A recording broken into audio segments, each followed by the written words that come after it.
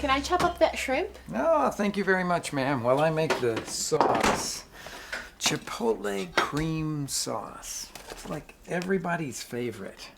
Well, because it's rich, smoky and spicy, a little sweet. And to tell you the truth, it's really, really easy to make. Well, easy if you start with fire-roasted canned tomatoes. I mean, yeah, sure, you could go out and get some really beautiful ripe tomatoes and then roast them and use them for a sauce like this. But with fire-roasted tomatoes in a can, all that work is really done quickly. Now I'm going to drain this can just a little bit. Don't need to pour off very much of the liquid. And then I'm going to put half of that can of tomatoes in the blender jar here. Now for the chipotles, I'm going to fish out a couple of these guys and then chop them roughly and put those in the blender along with a little bit of garlic here. All I did was to break apart a head of garlic, roast them for about 15 minutes until they're a little bit blackened on the outside. Okay, that garlic now is going to go into the blender jar, and then we're going to blend everything to a smooth puree.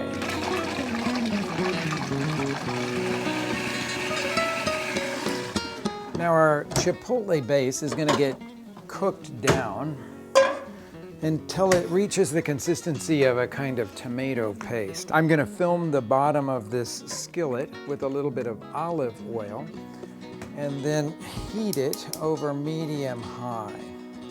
Now when that oil is hot enough to make a little bit of that puree sizzle sharply like that, add the puree all at once and cook it down until it's that consistency of tomato paste. Now comes that touch of luxury. I have Mexican crema, which is very similar to the French creme fraiche. And I'm going to add that to our roasted tomato and chipotle mix there. While that melts in, I'm going to sprinkle in a little Mexican oregano. This is always sold in the whole leaf version, so you always crush it between your palms. A little black pepper. And then, of course, we're going to give it a seasoning of salt. When this comes to a good simmer, it'll be ready to add the shrimp to it.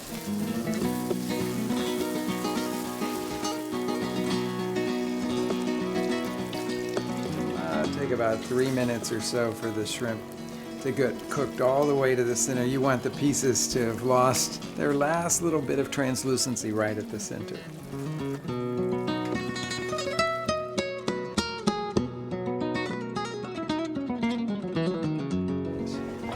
Just going to slide this right in here. These are done in the Ensenada fish market style. These are little griddle baked tostadas, and they got that real crunchy, almost popcorn kind of flavor to them. I work with a guy from town that he works for Happy having you.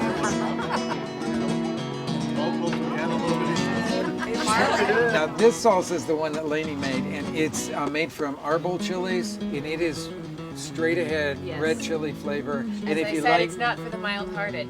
It is so delicious. When you have it with this cream, there's nothing like it. Okay, so help yourselves. It's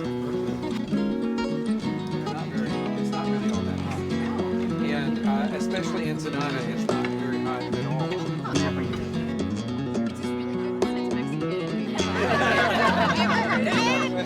Cheers, everybody. Cheers.